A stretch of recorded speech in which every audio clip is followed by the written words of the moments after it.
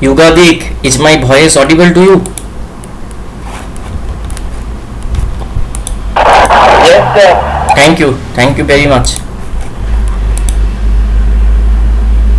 Is my screen visible? Yes, sir.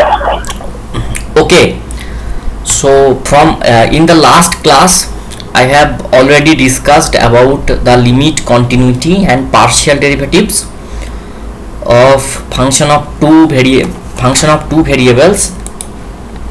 I will uh, not like repeat those ideas, okay, but now I will move to some other concept, one of the important concept, and that concept is called differentiability. Okay, so this is so I think that the limit, continuity and partial derivative part is quite clear to you now, to all of you. Now we will move to our next section, that is called differentiability.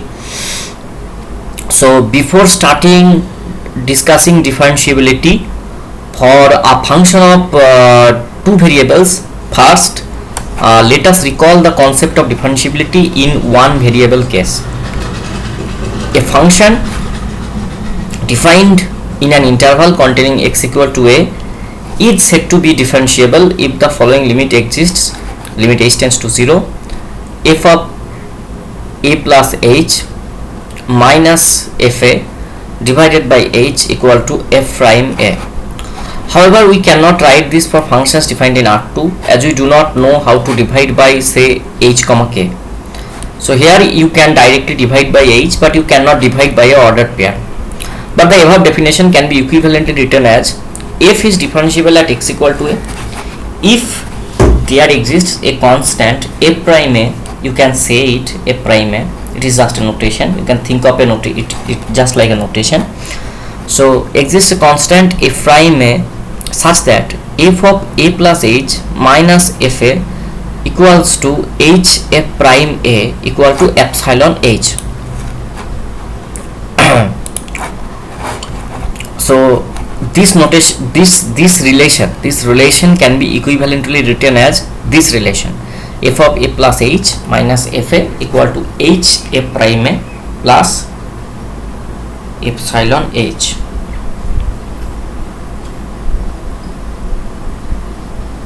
So is the two equivalent relations are clear?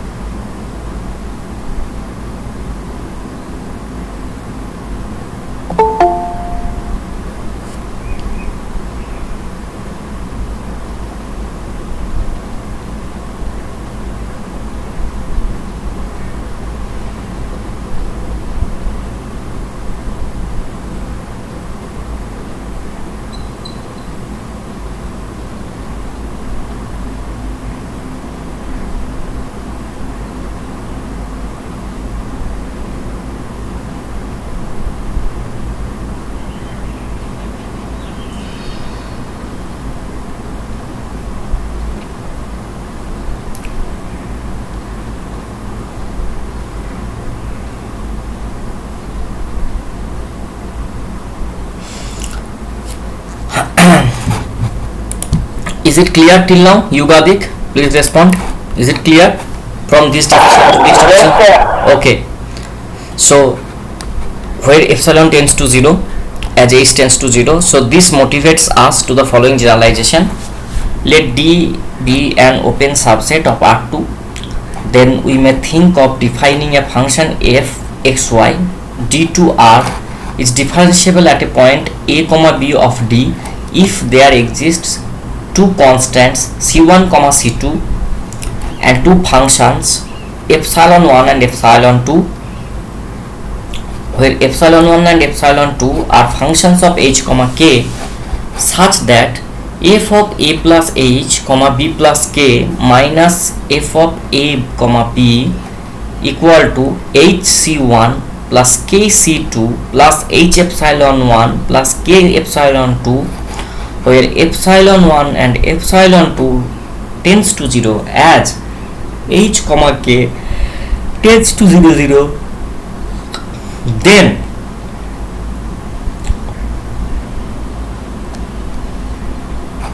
if the above holds for a function f, then you can take k equals to 0 in the above definition.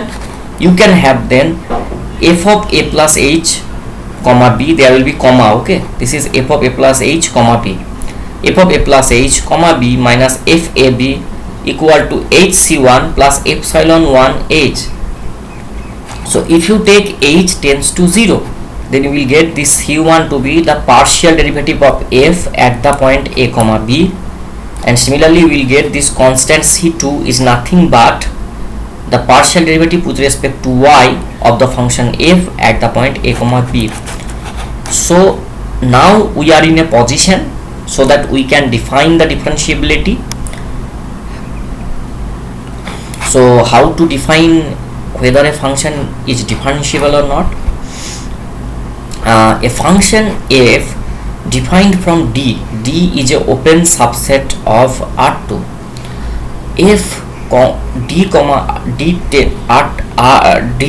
R is differentiable at a point a comma b of D if f of a plus h comma b plus k minus f of a b minus h fx a comma b minus k fy a comma b equal to h epsilon 1 plus k epsilon 2, where epsilon 1 and epsilon 2 tends to 0 as h comma k tends to 0 0.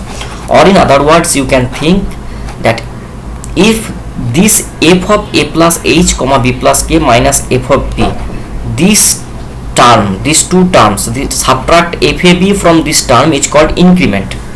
If the increment can be written as h into fx a comma b plus k into fy a comma b plus h epsilon 1 plus k epsilon 2, where epsilon 1 and epsilon 2 are two functions of h comma k, then and epsilon 1 epsilon 2 tends to 0 as h comma k tends to 0 0, then the function f is called as differentiable at the point a comma b. Am I clear? Is it clear to you, Yuvadik? Yes, sir. Okay, so now I will give a very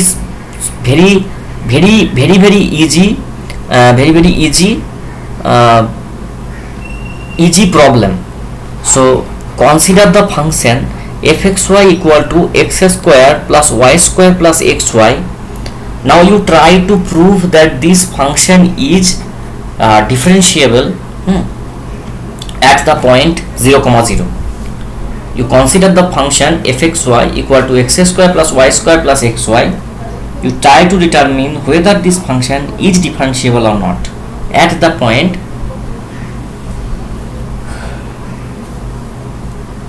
0 comma 0.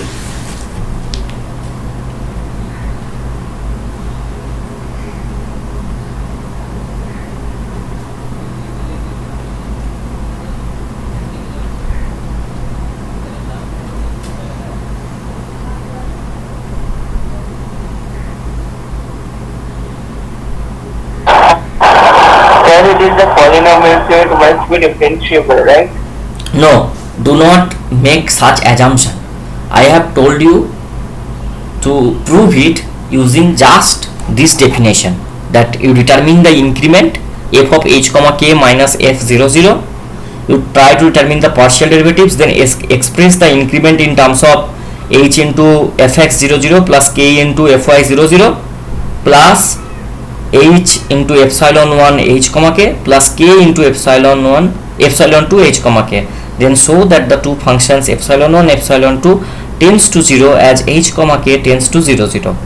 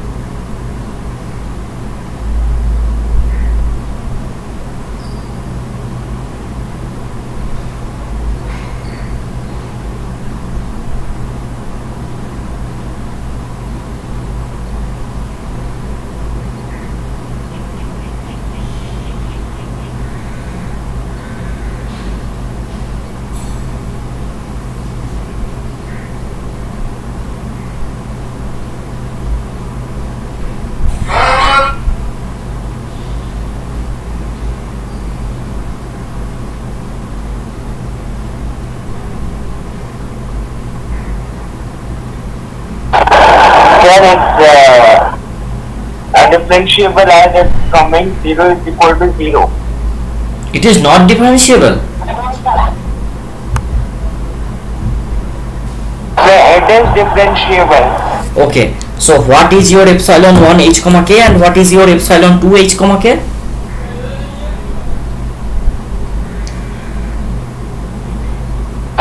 Then it's coming 0 equal to 0 as h1 epsilon 1 plus hk epsilon 2 is tending to 0 as per the definition on the LHS. We have f0 comma 0 minus f0 comma 0. No, not like that. Okay, just take it. F of h comma k. Just okay. Just mute yourself, Yugadi. So f of h.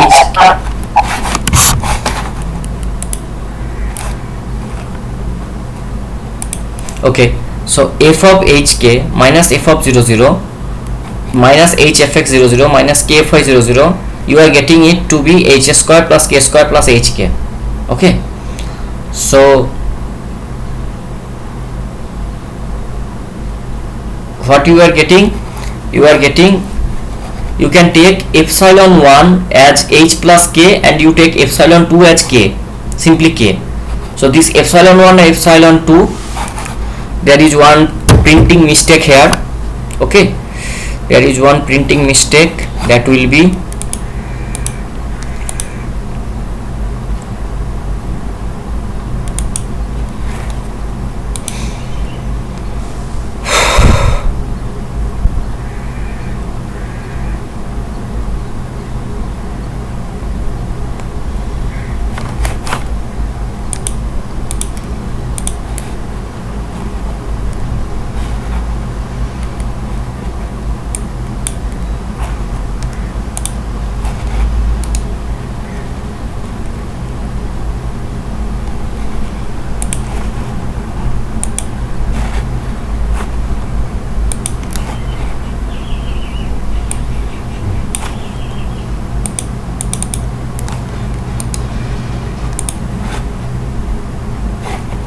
okay, just this will be only epsilon 1 h into epsilon 2 k. No need for this 0 h plus 0 k is typo.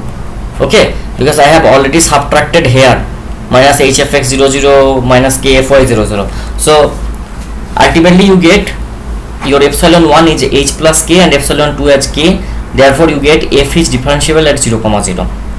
Next problem is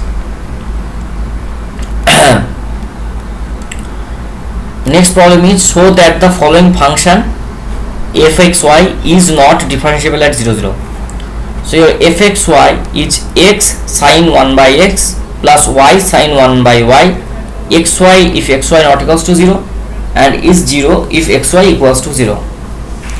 So using the boundedness property of sin and cos, you get that mod of fxy is less than or equal to mod x plus mod y, less than or equal to 2 into square root of x square plus y square. This implies that f is continuous at 0 0. Also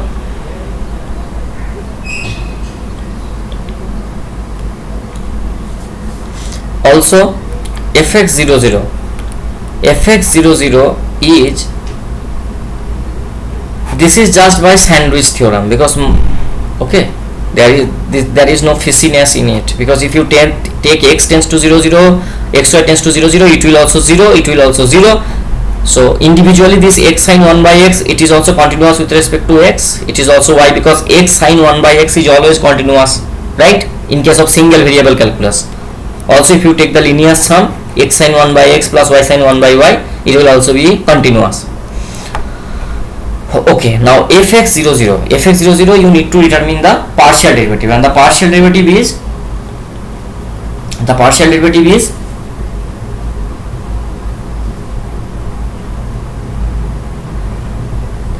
here. I think there is some mistake.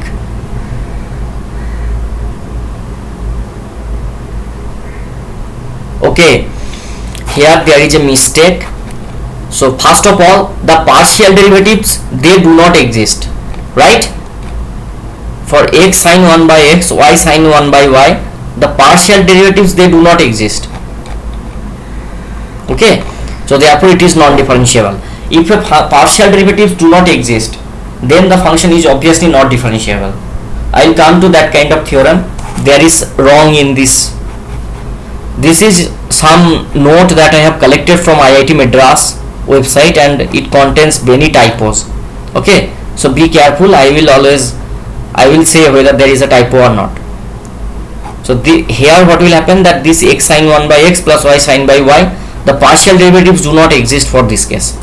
So therefore it is not differentiable. So this is wrong actually. Okay.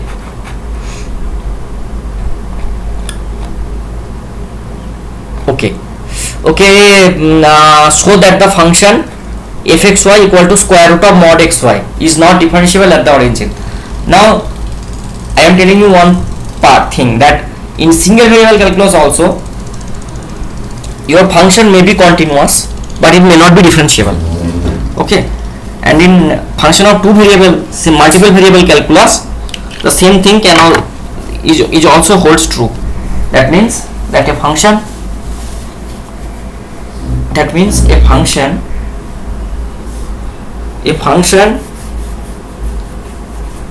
a function is continuous, that does not guarantees differentiability. On the other hand, differentiability guarantees continuity. So if a function is not continuous, it is obviously not differentiable, but the counter argument is not true. That means if a function is not differentiable, does not imply that it is not continuous.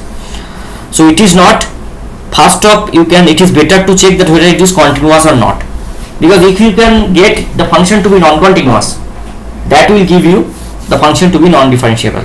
And the proof, so you can learn both the things, right? So it is quite like straightforward, that square root of mod xy. So square root of mod xy is always continuous at the point 0, 0 obviously. So now I request you to please determine the partial derivatives. Please determine the partial derivatives.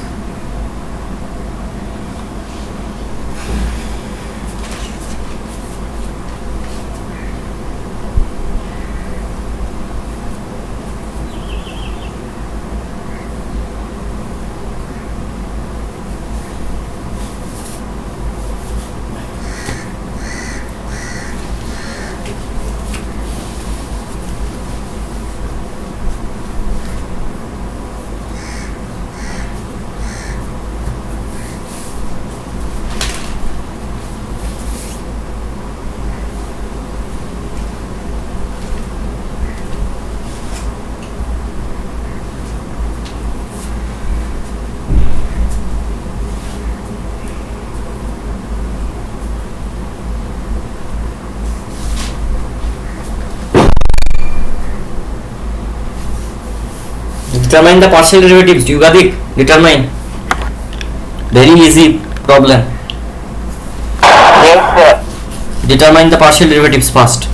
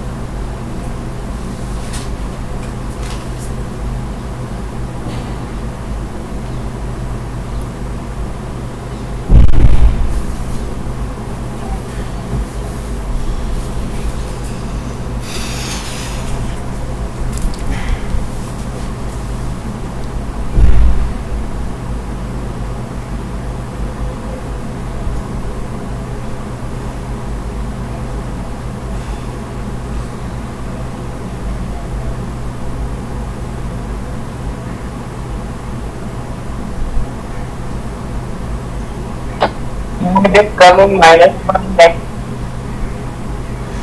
The partial derivatives,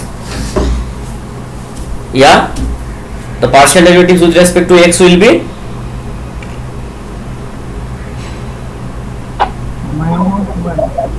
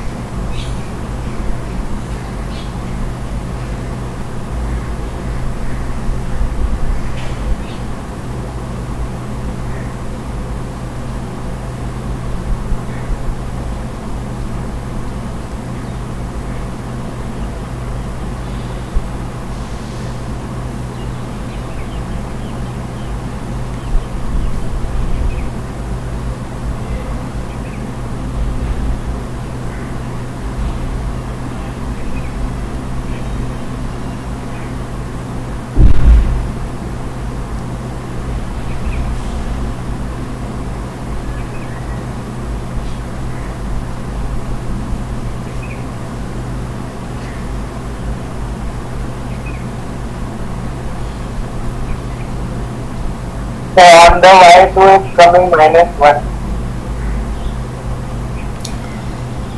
the partial derivative of this function mod square root of modulus xy is 0. The partial derivatives will be 0. fx 0 0. So what is the definition? Limit h tends to 0. Okay, limit h tends to 0.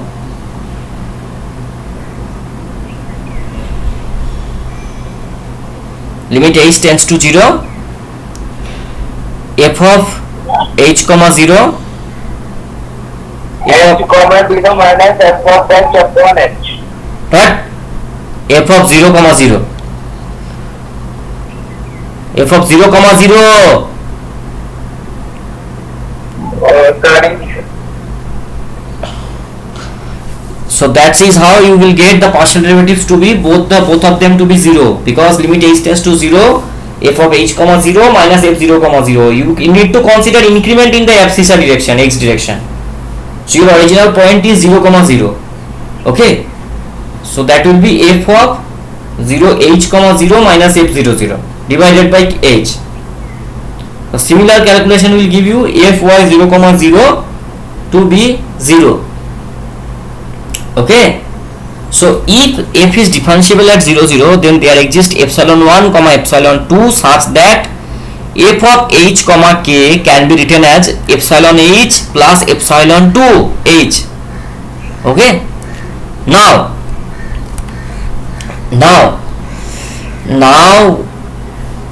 okay, now so there exists epsilon 1 comma epsilon 2. Now this epsilon 1 and epsilon 2 will tends to 0 as h comma k tends to 0. Now you consider a special case. The special case is h equal to k. Now if you consider h equal to k, then square root of modulus h into k will be square root of modulus h square. That will be mod h. Now mod h equal to epsilon 1 and plus epsilon 2 into h, because you have considered h equal to k. Now from here what you will get? You will get epsilon 1 plus epsilon 2 equal to mod h by h. Now mod h by h is actually the signum function, the sine function, and the signum function. Now if you take h tends to 0, so since epsilon 1 and epsilon 2 you have considered h equal to k, so epsilon 1 and epsilon 2 they will both tend to 0. So therefore epsilon 1 plus epsilon 2 tends to 0, but in the left hand side you will get the signum function. Got my point? And the signum function is -1 if h is negative and +1 if h is positive. So that means the left hand side will be not tending to 0. Is it clear to you? You can write this epsilon 1 plus epsilon 2 equal to mod h by h. Now mod h by h is -1 or 1. Okay, now since you have considered h equal to k, Now h equal to k means as you h tends to 0, automatically k tends to 0, which will give you from the differentiability condition that this epsilon 1 epsilon 2 tends to 0. That means epsilon 1 plus epsilon 2 tends to 0. But in the right hand side you have already got epsilon 1 plus epsilon 2 equal to minus 1 or 1. So which implies that epsilon 1 plus epsilon 2 not tending towards, does not tend towards 0. So what does it mean? This is a contradiction. So this means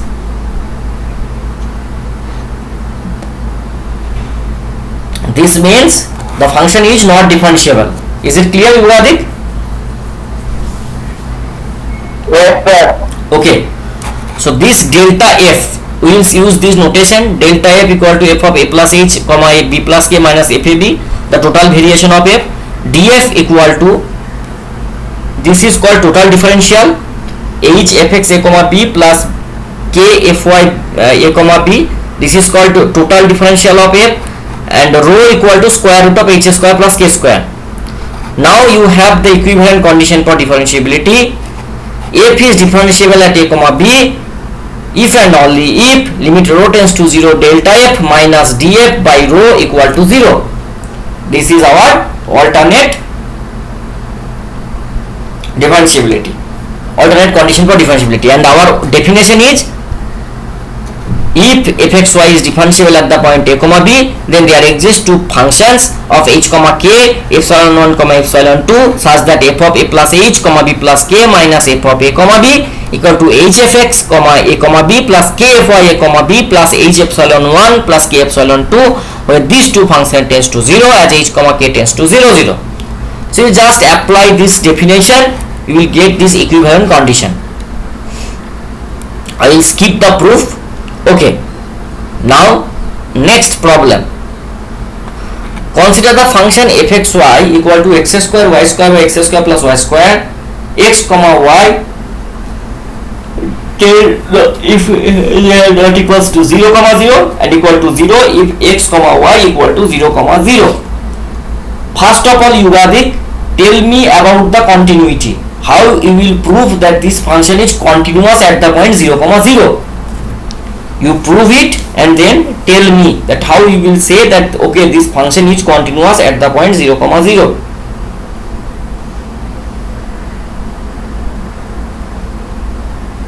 Okay, sir.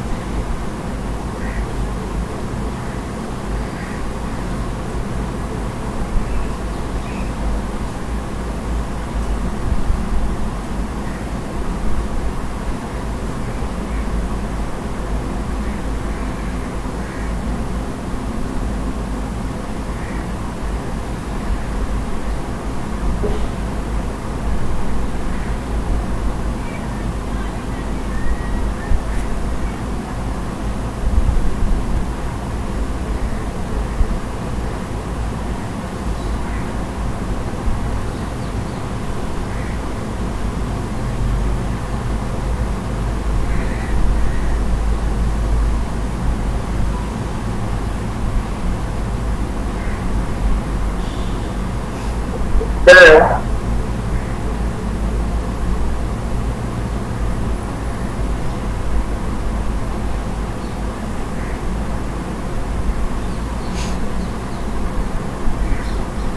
if we put y is equal to mx, then the answer is coming mx.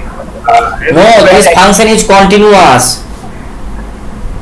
How to prove it to be continuous? This is not discontinuous. There is a straight cut proof to prove it that this function is continuous at the point 0, 0.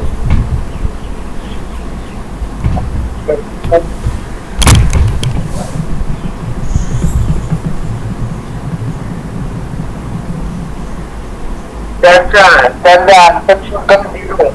Okay, right? Yes, yes.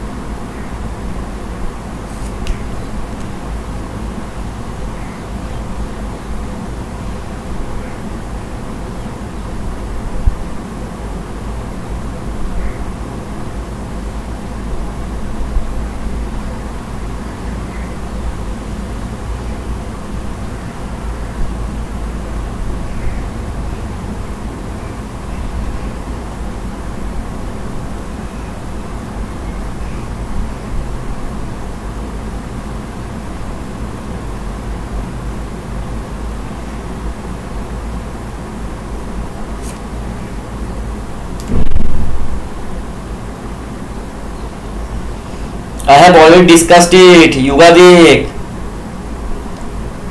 Yes, sir. Can I discuss this one because I am not able to solve it. You heard of polar coordinate transformation? Sorry, sir. Polar coordinate transformation.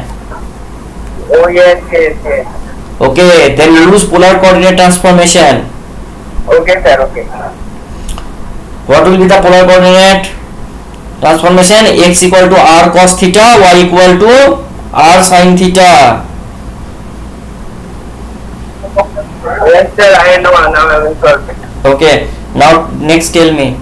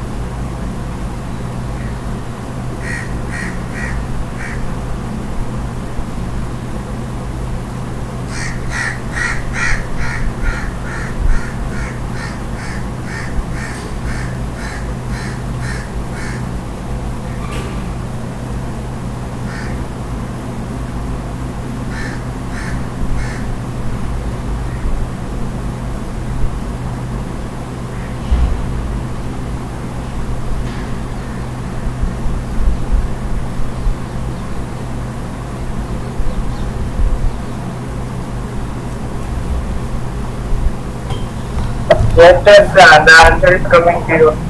Okay. So continuity proof is quite easy. Next, Yugadik, try to show that this function is differentiable. Okay, Okay, sir. okay, no, okay, just I will give you one more task, not differentiable. You try to determine the partial derivatives. The partial derivative at the point 0 comma 0, as well as the partial derivative with respect to s, as well as the partial derivative with respect to k, sorry, y. Okay, sir.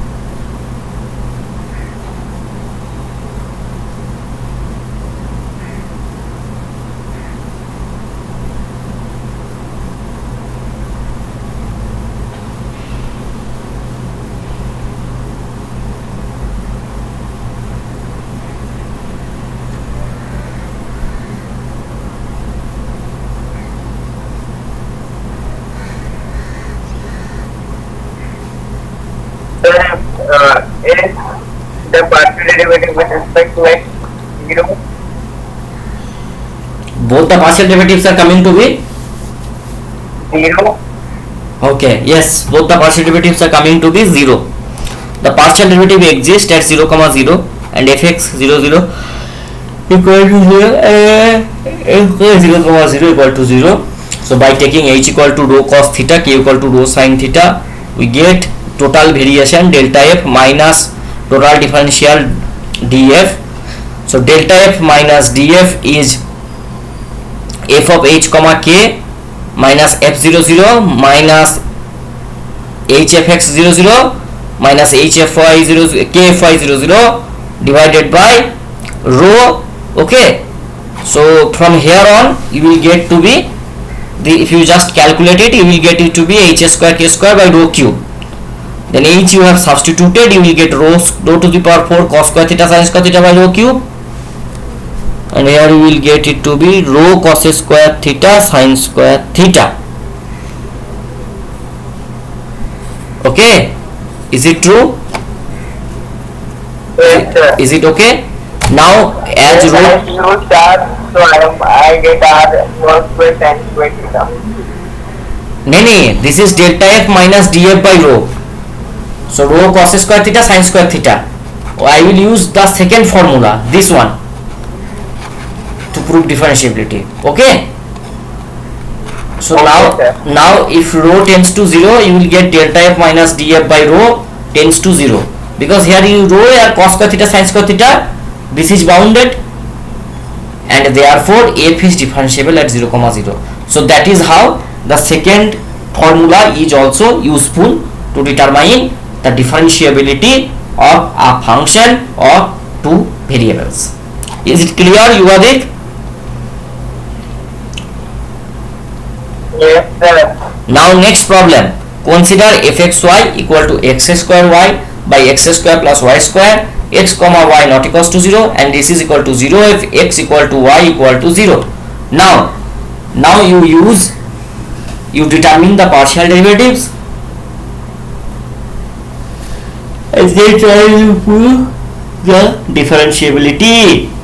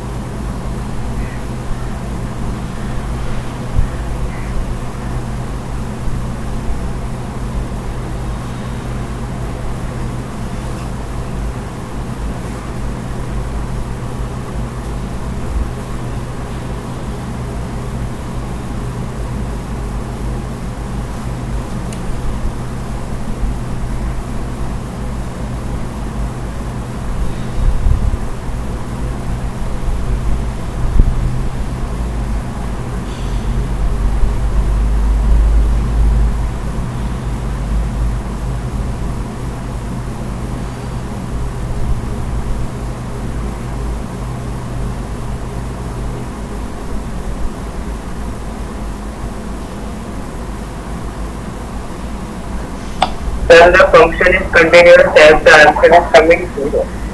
Yes, the function is continuous. Same partial derivative. Now about differentiability. Try to find out whether this function is differentiable or not. Yes, sir.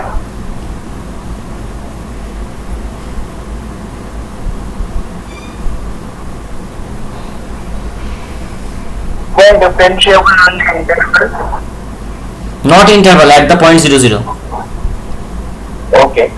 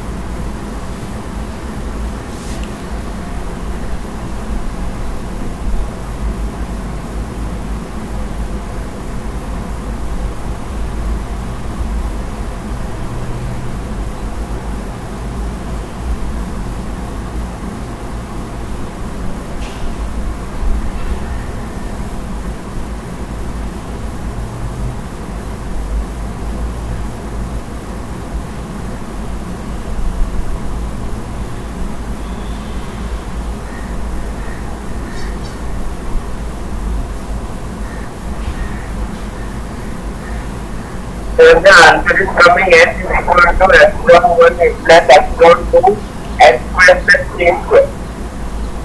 No, I just want to ask you that whether it is differentiable or not. You are, what you are telling, you need to give me answer in yes or no.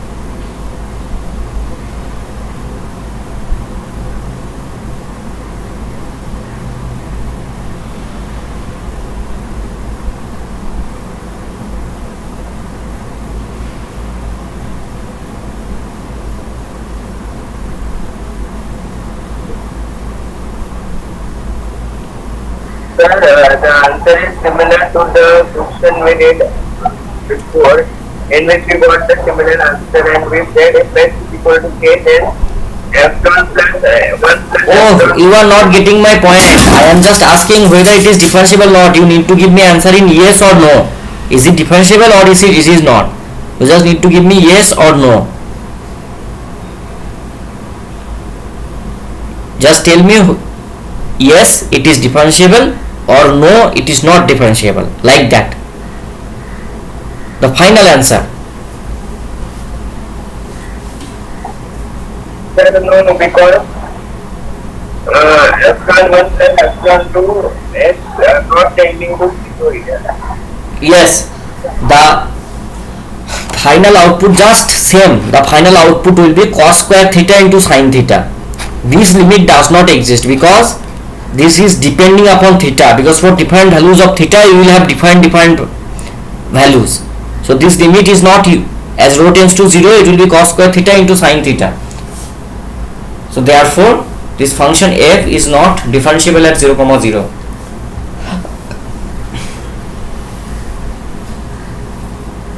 Now I will tell you one sufficient condition for differentiability.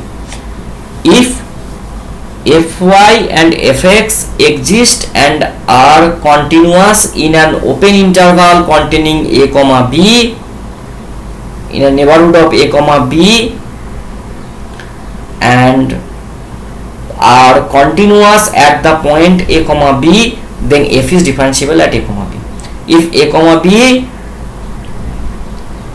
if fx and fy exist in a neighborhood containing a comma b and both functions are continuous at a comma b, then f is differentiable at a comma b. I will not discuss again the proof.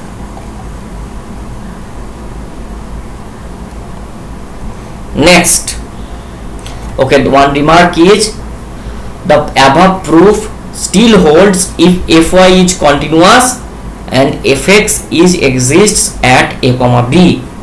So this is a weak condition and the above is more strong condition. Now you prove this one.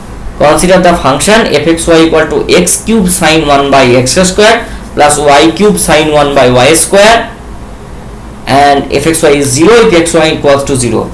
First tell me about the continuity, then determine the partial derivatives at the point 0, 0, and at the end tell me whether this function is differentiable or not at the point x, y equal to 0, 0. The function is continuous because of sandwich theorem. Yes, you can say like that x cube into sin 1 by x square. Yes, just use sandwich theorem, you will get. Now determine the partial derivatives. Okay, sir. So you can see that these problems are, it will be very useful for your NPTEL exam. The standard is quite set with that NPTEL, right?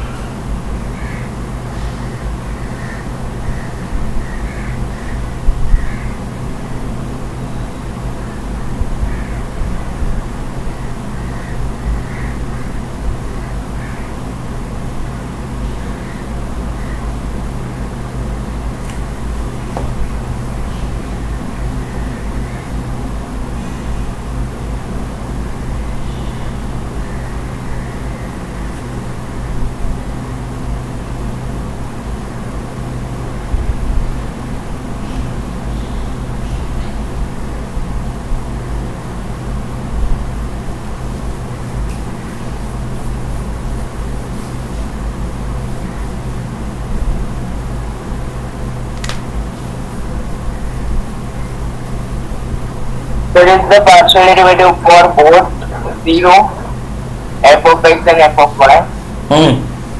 Right. Now tell me whether this function is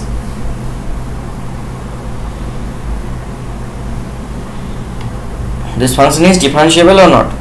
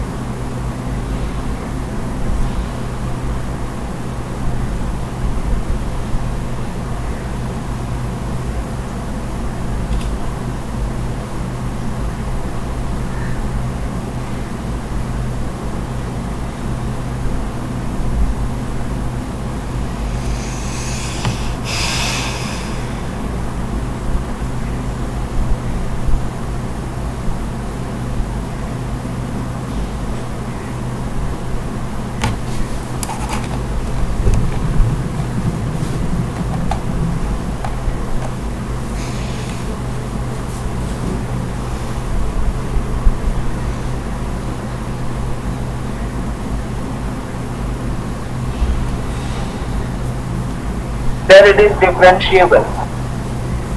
Yes, it is differentiable. Very good, very good. Okay, now just I have discussed one theory. Now I will discuss the above proof still holds if fy is continuous and fx exists at 0, 0, 0. So this is your fx. Fx is actually 3x square sine 1 by x square minus 2 cos 1 by x square, xy not equals to 0, and this is 0 obviously if xy equals to 0. Now fx 0, 0. So partial derivatives are not continuous, right? So partial derivatives are not continuous at 0, 0, but this function is differentiable. So that means the theorem that we have discussed is actually a sufficient condition. That means this theorem, fxy, fx and fy exist in an open neighborhood containing this, and both functions are continuous at a comma b, then f is differentiable at a comma b. But here, using a counter example, what we have shown? We have shown that this fx x comma y, here this fx x comma y, this function, that means that it is the partial derivative with respect to x, this exists in a, for every x comma y, and it is not continuous at the point 0, 0 because of this 2 cos 1 by x square function, but you have already proved that this function is differentiable. Got my point? You got it? This is just a counter example of the theory. Okay, now next problem. This is a okay, this is also a example. Consider the function fxy y by mod y square root of x square plus y square. I will give it a home task. You guys, are you writing the problems? Yes, sir. Okay, then you please write this y by mod y into x square plus y square. Write it. I will just knock me when you have already write it.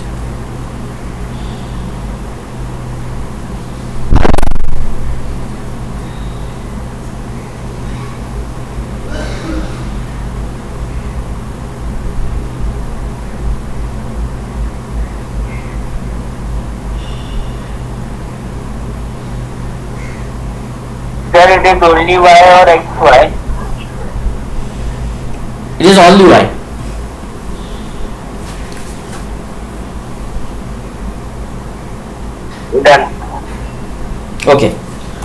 next I will discuss chain rule. So what is this chain rule? Chain rule says that if your z is a function of u comma v, and then u is function of x comma y, and v is also function of x comma y, then you can use chain rule. That means you can determine del z del x as del f del u del y plus del f del v del y. So this is called the chain rule. Just chain rule. So for a single variable calculus you already know chain is just generalization in the multi variable calculus case.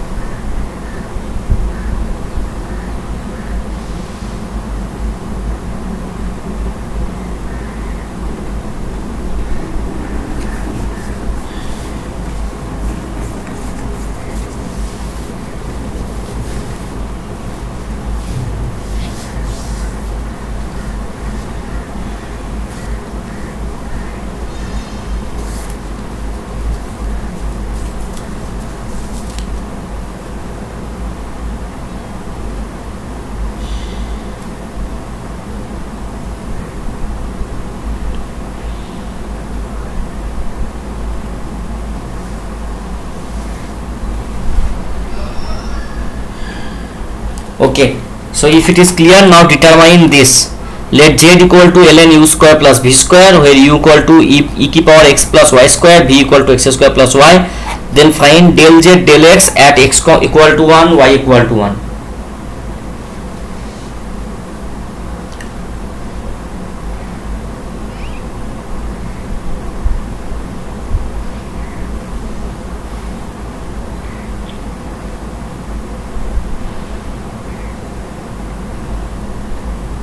Then can you discuss one example and then from next I will solve? Just use this formula. It is very easy. Just I have written here, na. Your u v is given. You just need to use this formula. Del z del x equal to del f del u del x plus del f del v del x. Your f is ln u square plus v square. U is u plus x plus y square. V is x square plus y. Then find del z del x. This just you need to use this above formula, and then you need to put x equal to 1, y equal to 1.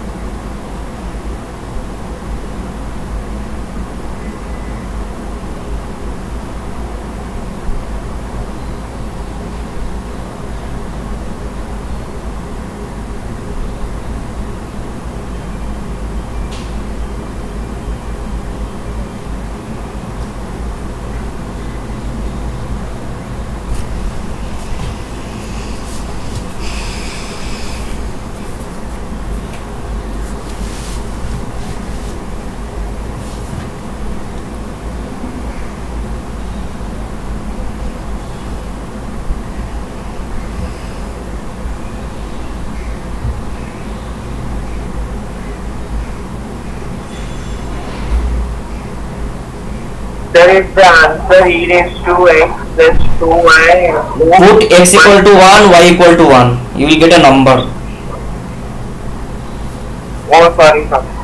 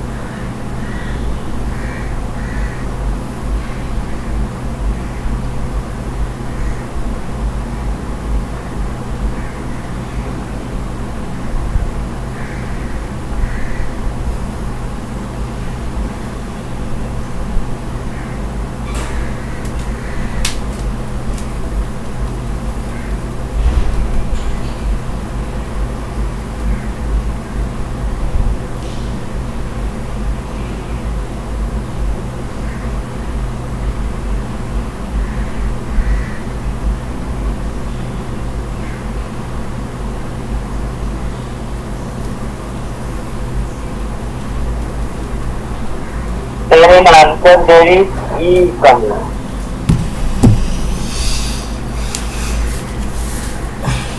Okay. Okay, so from above, if you apply chain rule, you will get del z del x as del f del u into del u del x plus del f del v into del v del x. Now at x equal to 1 and y equal to 1, you have u equal to e square and v equal to 2. Therefore del z del x you get as 2 e square by 2 plus e की power 4 into e square plus 2 by e की power 4 plus 2 at x equal to 1 and y equal to 1. Okay, is it clear? Next I will move to implicit derivative. So if you let y equal to yx be defined as fxy equal to 0, then fx fy are continuous at x0 y0, and fy x0 y0 is not equals to 0, then dy dx equal to minus fx by fy. Okay.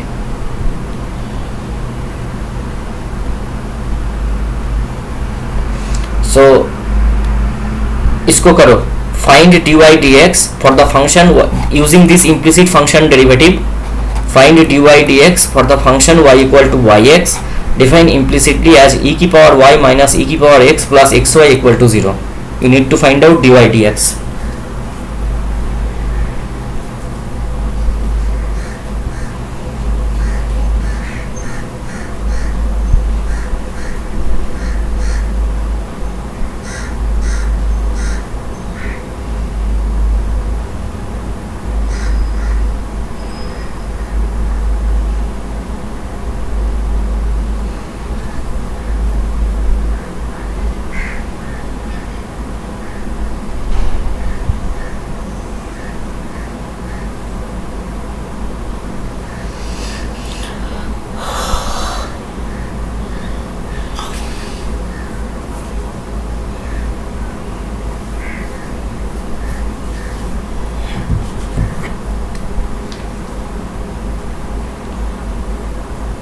Then can you show how to solve this?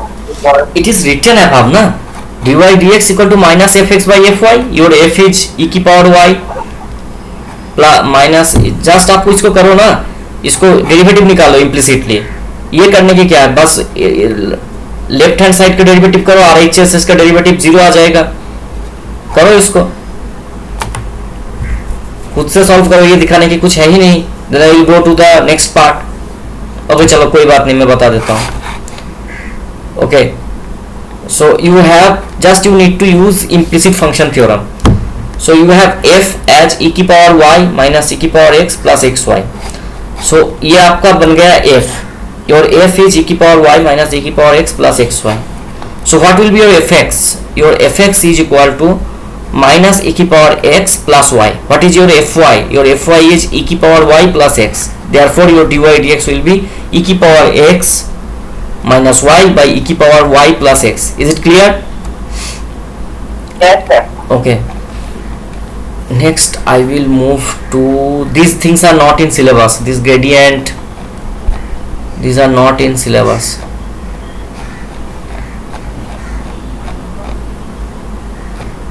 These things are not in syllabus. Okay, this is now in your syllabus. This is called, should I start this concept today or like in the next class should I start it? Because it will, In the next class. because this will take some time, because I need to move into Taylor's theorem. I need to take Taylor's theorem.